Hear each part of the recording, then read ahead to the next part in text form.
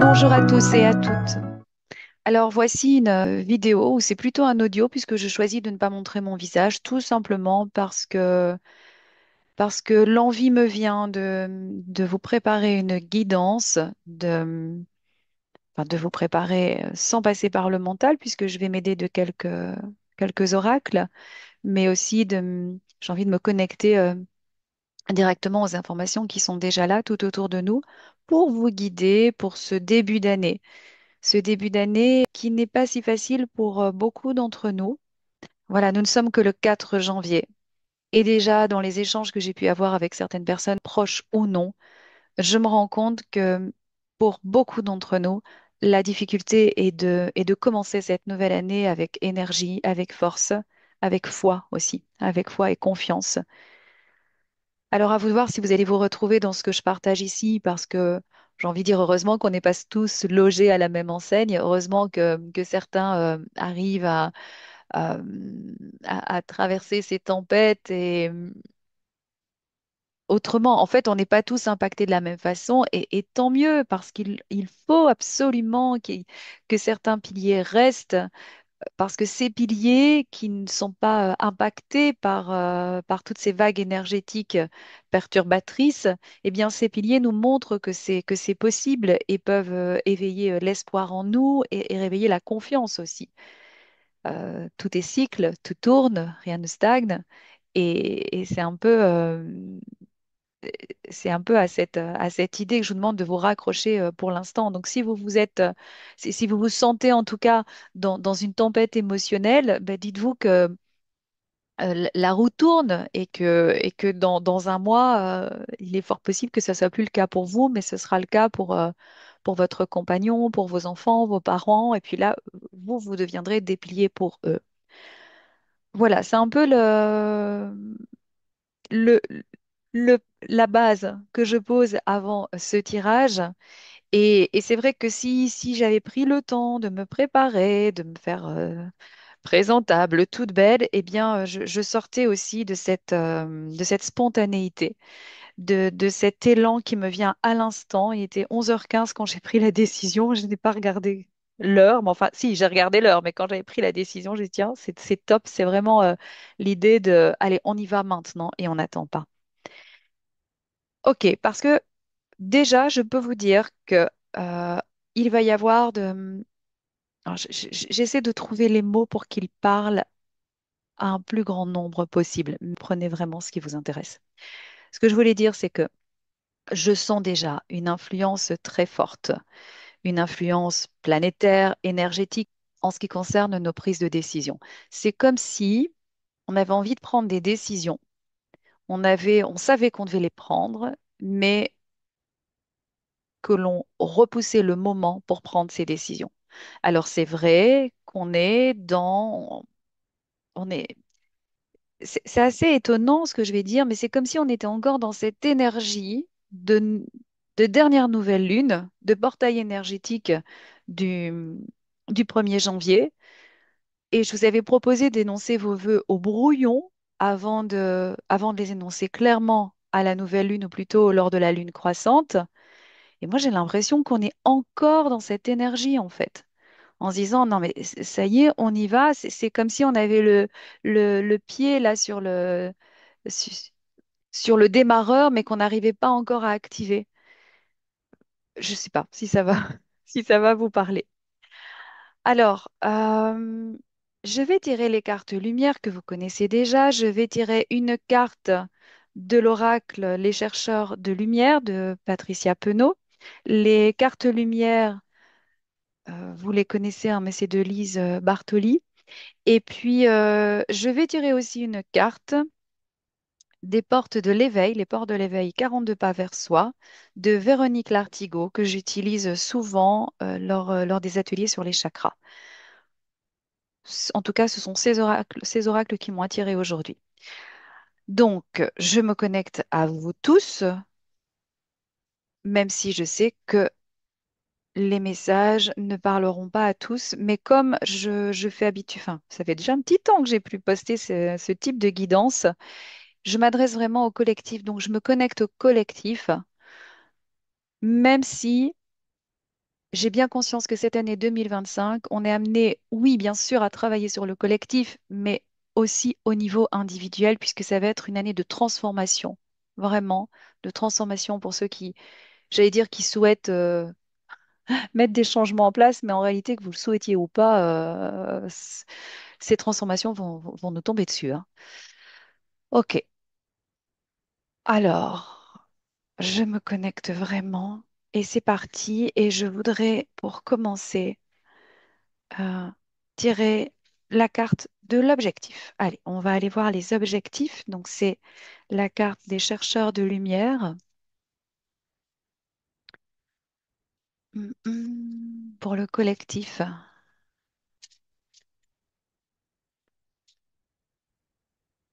Ah, et on a la reliance.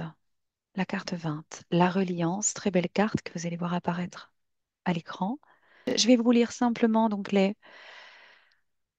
les trois questions clés. À quoi ai-je besoin de me relier aujourd'hui pour m'aligner sur la fréquence du bonheur? À quoi ai-je besoin de me relier aujourd'hui pour m'aligner sur la fréquence du bonheur? Ou alors, où est? Et aussi, hein, quelle intention consciente pourrais-je porter qui me relierait à ce que je suis? Quelle intention consciente pourrais-je porter qui me relierait à ce que je suis? Et alors, cette dernière proposition, ce dernier questionnement, quel rythme donner à ma respiration pour relier mon corps et mon esprit ici et maintenant? Quel rythme donner à ma respiration pour relier mon corps et mon esprit ici et maintenant? Donc, ce qui me vient ici, donc l'expérience qu'on est amené à vivre en ce début d'année, donc pour ce mois de janvier, hein, je vais vraiment poser en début de guidance l'intention donc pour le mois de janvier, mais j'ai l'impression que ça va s'étirer un petit peu plus loin. Euh, L'idée, c'est de se relier, mais pas spécialement de se relier aux autres, c'est se relier à soi, c'est rester en connexion. Donc j'entends ici une, un ancrage, donc c'est vraiment a- un ancrage plus en alignement pour être au plus proche de qui on est vraiment. Et, euh, et c'est vrai que ça a l'air bateau ce que je dis là, et en même temps, c'est logique. On est en début d'année, donc c'est maintenant que l'on va poser les bases de nos projets. Et pour poser les bases de notre projet, c'est vraiment important de voir en fait euh, ce sur quoi ces bases vont être posées au niveau de nos attentes, de nos désirs, de nos besoins, mais aussi de notre état du moment. J- Concrètement, si vous n'êtes pas en forme physiquement, ça va être difficile de préparer un marathon de 20 kilomètres. Donc, c'est aussi peut-être pas aligner les projets les, sur votre état pour l'instant, mais plutôt faire un état des lieux, en effet, de comment ça se passe à l'intérieur de vous. Qu'est-ce qui a ajusté aussi pour vous rapprocher et vous rendre capable de faire ce qu'il faut pour réaliser vos projets, en fait. Alors, on va aller voir la part ombre qui freine le collectif, donc au sens général, et puis certains vont se sentir tout de suite concernés, et là, ça veut dire que c'est aussi au niveau individuel. Et puis pour ceux qui ne se sentent pas concernés, regardez si c'est honnête de votre part, hein, parce que des fois, l'ego peut nous dire ah non, je ne suis pas concerné par ça, mais en réalité, si. Voilà, l'ego ne veut pas nous sortir de notre zone de confort et aller voir cette part ombre. Alors, et c'est la sentinelle. Ah oui, ça me parle vraiment en fait. Alors pourquoi? La sentinelle, c'est le fait d'être dans le contrôle et on nous invite à lâcher prise. Et c'est un petit peu ce que je voulais expliquer tout à l'heure, c'est cette idée Euh, on a des choses à vivre, on a des changements à mettre en place, et pourtant, on ne parvient pas à lâcher prise et à faire confiance. C'est comme si 2025 est là maintenant, c'est comme si on se posait la question, qu'est-ce qui va nous tomber sur la tête? Il y a eu 2020, 2021 n'a pas été plus facile, et on se rend bien compte que les années passent et que c'est difficile de souhaiter une heureuse année ou une joyeuse, joyeuse année ou bonne année, bonne santé. Enfin, c'est assez, j'ai l'impression que c'est moins fluide de présenter ses vœux avec sincérité parce qu'on se dit, mais qu'est-ce qui va encore nous tomber sur la tête cette année-ci? On sait très bien, que c'est pas terminé en fait. On est encore parti pour des années comme ça. Et cette année, comme je vous l'ai dit et comme d'autres le disent, c'est une année de transformation et des transformations qui ne vont pas être souhaitées pour tout le monde. Et j'ai l'impression que ce sera moins violent qu'en 2020 parce que, en fait, on a déjà vécu ces changements violents, ces remises en question violentes, et il y a une certaine forme de, je sais pas si c'est de la résilience, mais en tout cas, c'est de se dire, ouais, allez, on va encore vivre quelque chose de compliqué, bah, on va faire, on va faire, on n'a pas le choix en fait. Donc c'est une acceptation, mais c'est une acceptation par obligation un peu. Vous me suivez? Et quand la sentinelle sort dans le jeu, c'est vraiment pour nous rappeler qu'on a à travailler sur cette part ombre. Et cette part ombre, c'est nous dire, mais ok, d'accord, vous voulez avoir un contrôle sur tout, vous voulez regarder ce qui va arriver pour ne plus être surpris en fait. Mais non, ça fonctionne pas comme ça. Ça fonctionne pas. On peut essayer de se préparer, on peut essayer de vraiment d'étudier l'astrologie, les mouvements des planètes, de tirer les cartes pour avoir un maximum d'infos, comme je fais pour l'instant d'ailleurs. Et au final, quand arrive l'événement qui va nous perturber, eh bien, on ne s'y attendait pas à cet événement. Vous voyez? Donc, à quoi bon de rester sous tension, dans cet état d'hypervigilance qui nous fait du mal au corps, qui nous fatigue, qui nous pompe notre énergie et qui nous empêche à certains moments peut-être de tourner la tête et de voir ces petites portes qui s'ouvrent et ces lueurs d'espoir, tellement on peut devenir rigide en fait en étant dans la sentinelle. Donc le mot-clé, c'est vous êtes dans le contrôle, apprenez à lâcher prise. C'est faire confiance à nouveau, vraiment. C'est c'est avoir la foi qu'on est aidé, que l'on est guidé. Et bon, on va le voir dans les autres cartes. Je l'espère. Alors, les émotions. Les émotions, l'émotion avec laquelle nous allons être amenés à travailler et c'est très intéressant pour moi de voir donc cette émotion puisqu'on anime un atelier, un stage, pardon, un stage de 2 jours avec Marie-Christine à Paris la semaine prochaine sur les émotions. Ah, il y en a deux qui sortent. Ok.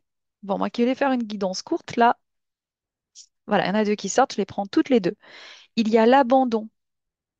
Il y a l'abandon. Si cette carte sort, ça veut dire que on a l'impression d'avoir été abandonné ou d'être abandonné. Euh, Même si on sait qu'on est tous reliés, il y a cette idée de non, non, mais il y a quelque chose là qui va pas. On n'est pas soutenu. On a l'impression de ne pas être soutenu et cette carte, elle nous rappelle qu'on n'est pas seul et que c'est en éclairant notre route, en montrant qu'on est là aussi, qu'on va attirer les aides précieuses. Donc vraiment, c'est sortir de cette idée d'être abandonné, enfin, d'avoir été plutôt abandonné ou d'être abandonné. Voilà, puisque je le dis, ça sort comme ça, c'est OK. D'être seul parmi les autres sans se sentir relié. Vous voyez, ça rejoint quand même cette première carte qui nous parle de reliance, hein. Je parlais de reliance à soi, mais c'est aussi la reliance aux autres. Et c'est assez intéressant parce que, regardez, je vais mettre les deux cartes les unes à côté des autres. On a cette idée de tenir une lanterne. Donc, dans cette nuit noire, dans cette brume, dans ce brouillard, eh bien, c'est important de venir mettre de la lumière. J'aime beaucoup, en fait, ce rappel hein, dans les cartes où la lumière, oui, elle peut venir de l'extérieur, mais en même temps, c'est à vous aussi d'éclairer, en fait, votre route, d'éclairer votre chemin et d'aller rechercher ces aides précieuses pour ne pas vous sentir seul. C'est ce qui va venir aussi nourrir votre reliance. Donc c'est assez cohérent. La deuxième carte émotion qui est sortie, c'est la colère. La colère, c'est vraiment l'émotion qui nous aide à poser nos limites. Et ce qui se passe ici, c'est que cette colère intérieure qui n'a pas pu être exprimée trouble notre discernement. Alors, moi, je trouve que c'est plus compliqué d'analyser cette carte au niveau du collectif. Je vais plus parler au niveau individuel pour commencer. Euh, Posez-vous la question de savoir quelle est la colère intérieure que vous n'avez pas encore pu exprimer. Et est-ce que vous avez remarqué que vous avez cette colère intérieure? Peut-être que certains ont tellement mis de, de soin à camoufler cette colère qu'aujourd'hui, elle reste sourde, sourde et muette, et que ça va être difficile de la faire ressortir. Et pourtant, en ce mois de janvier 2025, pour poser les bases, justement, en soi, afin de se lancer vraiment euh, avec confiance dans un nouveau projet, dans une nouvelle phase de notre vie, il est important de libérer, parce que la colère nous aide à libérer. Elle nous aide à dire ce qui ne va pas. La colère, elle aide aussi à montrer du doigt tous les dysfonctionnements dans notre vie. La colère, elle permet d'exprimer des choses qui ont été enfouies depuis longtemps. Et c'est comme un volcan à regarder cette carte, hein. C'est ce volcan qui est prêt à exploser, qui, qui a, en fait, vous avez tout intérêt à faire sortir cette colère de vous. Alors peut-être pas par des mots spécialement, des mots ouais, mais, avec les deux orthographes, hein, MAUX, ou des mots MOTS. Si vous sentez que ça risque d'être trop violent, parce que ça aussi, des fois, on peut se dire, non, mais si je me permets d'exprimer ma colère, ça va faire des dégâts. Et c'est bien d'en être conscient. Donc, commencez peut-être par, par faire un sport ou ça peut être taper dans un sac de frappe si vous sentez que c'est un bon point de départ, en fait, hein. Et puis, ça peut être aussi par l'écriture. Euh, Ça peut être par la peinture, ça peut être par quelque chose qui vous amène à vous dépasser en fait, hein. Et mais cette fois-ci, si la colère elle sort, c'est aussi pour vous dire profitez de ce moment pour l'extérioriser. Ne remettez pas à nouveau un couvercle sur cette colère parce que de toute façon, elle est en vous. Donc voilà, allez voir au niveau individuel. Bon, je pense qu'au niveau collectif, le- les conseils sont les mêmes, mais si déjà chacun s'occupait de sa propre colère, on travaille de toute façon au niveau du collectif. Ok, allez, j'avance et je vais aller voir la carte, je vais aller voir la carte ressources qui va nous faire du bien. Quelle est la ressource qui va nous aider à traverser ce mois de janvier qui me semble challengeant quand même, hein? Non, vous ne trouvez pas? Ah, la découverte. Cette carte est très sympa à redécouvrir, justement, oui, la découverte. Vous avez des dons cachés, c'est le moment de les exploiter. Ok, mais c'est bien qu'elle sorte maintenant. Elle nous ramène aussi bah, à nos capacités, à notre dimension intérieure, à ce que l'on a à découvrir sur nous pour nous aider à traverser ce que l'on a à traverser, justement. Donc, c'est devenir conscient de ces dons que l'on a. Et après en avoir pris conscience, les exploiter clairement. C'est vrai qu'ici, j'ai fait une constellation pour découvrir voilà, un don. On parle d'excellence, mais on parle d'un don et on- en tout cas, celle qui m'accompagnait a mis le doigt sur quelque chose d'important. Et je me rends compte qu'en fait, pourtant ma demande était vraiment celle-là, et ça date déjà de 2 mois, c'était de me reconnecter à, à une ressource qui me permettait de me régénérer facilement, en fait. Et on a mis le doigt sur cette ressource. Et maintenant, à l'heure où je vous parle, je me dis, mais j'ai toujours pas utilisé cette ressource. Mais c'est quand même incroyable. Elle est sortie, elle est sortie en mode thérapie vraiment pour m'aider, pour me soigner. Et c'est comme si une partie de moi avait décidé de ne pas l'exploiter. Mais c'est tordu quand même. C'est tordu. Donc, c'est vraiment dépasser ce pas. Je vais essayer de le faire de mon côté. De mon côté, moi, je vous invite à aller voir justement vos dons cachés, ce qui vous ressource, ce qui vous aidera à traverser ce mois de janvier, à commencer cette année 2025. Mais surtout, une fois que vous avez pris conscience de ce don caché, de cette excellence qui va vous aider à vous régénérer, eh bien, utilisez-la, ne la laissez pas dans un tiroir. Hein, combien de personnes font des formations, même des formations en ligne, et laissent toute la partie théorie ou les outils dans leur ordinateur sans y avoir recours. Et ça, c'est vraiment dommage parce que c'est un leurre. Cette année-ci, on est amené à sortir de l'illusion. C'est ce qui fonctionnait pendant des années, ce qui nous permettait de respirer, peut-être d'avoir des bulles d'oxygène. Si c'était du superficiel, je vous assure que ça va sauter en fait. C'est de l'illusion. Non. Voilà, donc c'est important d'en être conscient aussi. La découverte. OK. Alors, je vais aller voir la carte lumière. J'aime beaucoup hein, cette carte lumière, bon, comme toutes les autres, mais celle-ci nous est un peu plus spirituelle. C'est ça que j'aime, son message spirituel.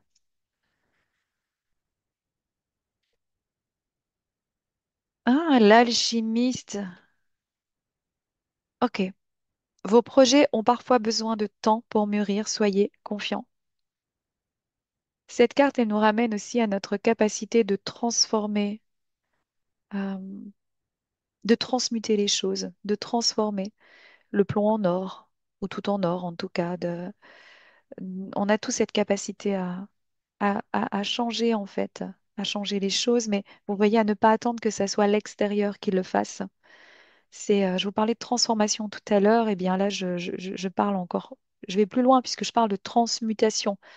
On, dites-vous que c'est possible vraiment de changer l'énergie de quelque chose, de la transmuter. Alors, je vais prendre l'exemple de l'émotion, tout simplement. On a l'émotion de la colère qui peut vraiment faire des dégâts, en effet, nous pousser à dire des choses qui dépassent notre pensée parce qu'on veut faire réagir l'autre. Et quand on prend conscience de cette émotion, et si, tiens, c'est vraiment pas voulu, mais je vous assure, elle sort alors qu'on a un atelier enfin un atelier, on a une séance méditative jeudi prochain sur la colère. C'est- ah, j'adore ces synchronicités. Bon, je reviens à ce que je disais. Et l'idée, justement, ben justement, jeudi prochain, c'est de transmuter la colère en force. Donc, c'est-à-dire en faire quelque chose, en faire quelque chose de positif, de transformateur. Cette colère, elle peut vraiment nous aider à créer quelque chose de nouveau, en fait. J'ai plein d'exemples, mais bon, je risque de m'éloigner. C'est pas l'objectif ici. Mais je l'ai déjà dit dans d'autres posts aussi, c'est transmuter, c'est comme transmuter une épreuve. Là, je vais vraiment utiliser le mot épreuve. Évidemment qu'on ne va pas transmuter l'épreuve pendant qu'on est en train de vivre cette épreuve, mais on laisse le temps faire, hein. On parle aussi de maturation hein, dans cette carte, on laisse le temps faire et puis à un moment donné, on va faire quelque chose de cette épreuve. Les pires épreuves de ma vie, parce que j'en ai, comme tout le monde, euh, ça m'a mis peut-être des années à le faire, mais en effet, j'ai utilisé cette épreuve et aujourd'hui, je dis waouh, merci. Merci parce que ces épreuves, elles m'ont permis vraiment de mettre le changement en place et de me rapprocher de qui je suis profondément, réellement, j'ai envie de dire. Et le travail n'est pas terminé et ça continue encore, bien sûr. Donc l'alchimiste ici vous rappelle que vous avez des projets, c'est très bien, vous les avez préparés au brouillon, vous les avez peut-être déjà commencés, c'est génial. Et en même temps, elle vous ramène à l'idée d'attente et d'être patient, de laisser les choses se faire. Et c'est vrai qu'on est en Capricorne, donc cette énergie du Capricorne, elle se retrouve dans ce tirage où l'idée, c'est vraiment de prendre le temps de mettre de la conscience sur tout ce que l'on fait, de mettre de la structure dans ce que l'on fait. Et, euh, et de toute façon, si vous ne procédez pas ainsi, vous allez être appelé à l'ordre par l'univers. Il y aura des obstacles qui vont se mettre en place, des freins, euh, tout ce qui vous ramènera en fait à cette réflexion qui est nécessaire pour que le projet soit mieux pensé encore. Voilà, donc les projets ont parfois besoin de temps pour mûrir. Ici, j'ai même envie de faire sauter le parfois et de vous dire, non, ici, vraiment, à ce moment de l'année, ils ont besoin de temps pour mûrir, réellement. Voilà. Et soyez confiants. Alors, je tire maintenant la carte, je tire la carte de la transformation. On a le modelage. Le modelage, en fait, il nous invite à agir sur notre ombre, donc ici c'est la sentinelle, en utilisant notre pouvoir créateur. C'est c'est transformer le feu en eau, transformer l'énergie destructrice pour qu'elle devienne fluidité, en fait. Et je trouve ce jeu très cohérent pour ce mois de janvier qui va, alors comme ça, j'ai l'info que cette guidance va aller au-delà du mois de janvier. Je pense qu'on est jusqu'au 10 février. J'ai la date du 10 février qui me vient ici. Euh, pas le 15, mais le 10 février. Le modelage, c'est prenez les choses en main, transformez-les. N'attendez pas que ce soit l'extérieur qui le fasse. Vraiment. Parce que vous avez tout en main. Vous pouvez le faire. Que ça soit dans des projets bien concrets, mais que ça soit aussi dans tout ce qui est développement personnel, développement spirituel. N'attendez pas que d'autres fassent le travail à votre place. Si vous prenez un rendez-vous avec un thérapeute, dites-vous que le thérapeute fait peut-être, je sais pas moi, 30% du boulot, mais tout le reste, c'est vous qui allez le faire. C'est vous qui allez décider de, de faire quelque chose de ce qu'il va vous partager, de ce qu'il va venir éclairer. Est-ce que vous allez faire les exercices qui sont proposés? Est-ce que vous allez vous remettre en question ou est-ce que vous allez vraiment remettre en question ce qu'il va dire? Vous pouvez remettre en question ce qu'il a dit ou ce qu'il va dire, mais posez-vous toujours la question de savoir si, au final, il n'y avait pas une part de vérité dans ce qu'il disait. Euh, voilà, ça c'est un autre débat, mais je vous assure, moi je le vois en accompagnement, quand j'ai des personnes qui arrêtent du jour au lendemain un accompagnement, ça n'arrive pas souvent, mais ça arrive. Je souris parce que je sais que c'est parce qu'on a touché un point sensible et qu'elles ne sont pas prêtes à aller au-delà. Et là, il est 11h44. Voilà, toujours petit clin d'œil, hein, synchronicité. Voilà. Alors, j'avance et je vais terminer par une carte donc des portes de l'éveil pour vous donner un petit exercice. Alors, il y a déjà pas mal de réflexions autour de cette guidance du mois de janvier que je trouve très éclairante et je vous invite à la réécouter mais deux fois au milieu du mois pour voir un petit peu où vous en êtes par rapport à ça. Et puis peut-être le 1er février, le week-end du 1er, si ça tombe un week-end, je ne sais plus, du 1er février. Voilà. Euh, et là, je vais tirer une carte, un conseil. Oh, alors là, c'est la carte 29. Que te coûte l'espoir? Ah, mais c'est juste incroyable ce tirage parce que te coûte l'espoir nous ramène à la question, mais enfin, qu'est-ce que tu as à perdre, à espérer, à avoir confiance? Donc c'est vraiment euh, un coup de pied aux fesses que l'on reçoit. J'entends ça, hein, c'est vraiment sur ce ton-là, de se dire, enfin, t'as quoi à perdre en fait d'espérer? On dit que l'espoir fait vivre, mais l'attente peut anesthésier. L'espoir est indispensable car il te permet d'apaiser un chagrin présent, de tempérer des peurs. L'espoir joue un rôle essentiel à la vie et peut favoriser des guérisons. Alors ici, c'est aussi une carte qui nous dit, bon, ok, l'espoir, ça ne te dit pas de rester dans ton fauteuil et attendre que tout se fasse naturellement et que l'aide vienne de l'extérieur. Non, parce que l'inaction va nourrir les peurs et l'inaction va te laisser dans cet état d'attente, mais c'est une attente qui te coûte. On n'est pas dans l'espoir, en fait. Donc, vous voyez, cette carte, c'est... Alors moi, je la prends. Voilà, je vais terminer comme ceci. L'idée, c'est que te coûte l'espoir, ben, elle te coûte, enfin, il te coûte, pardon, de ne pas passer à l'action. D'accord? Espérer, c'est rêver sa vie. Agir, c'est vivre ses rêves. Et là, c'est un petit clin d'œil avec les vœux qu'on vous a fait avec Marie-Christine, là, dans l'idée de créer vos rêves. Euh, eh bien, ici, que te coûte l'espoir, pensez à ce mot. Voilà, je vais terminer comme ça, tout simplement. Pensez vraiment à la signification de ce mot.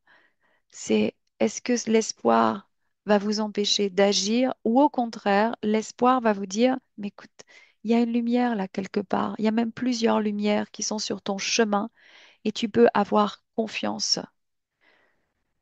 Il n'y a pas de, il n'y a pas de réponse toute faite. Alors oui, cet oracle, l'auteur nous amène une réflexion qui est super intéressante.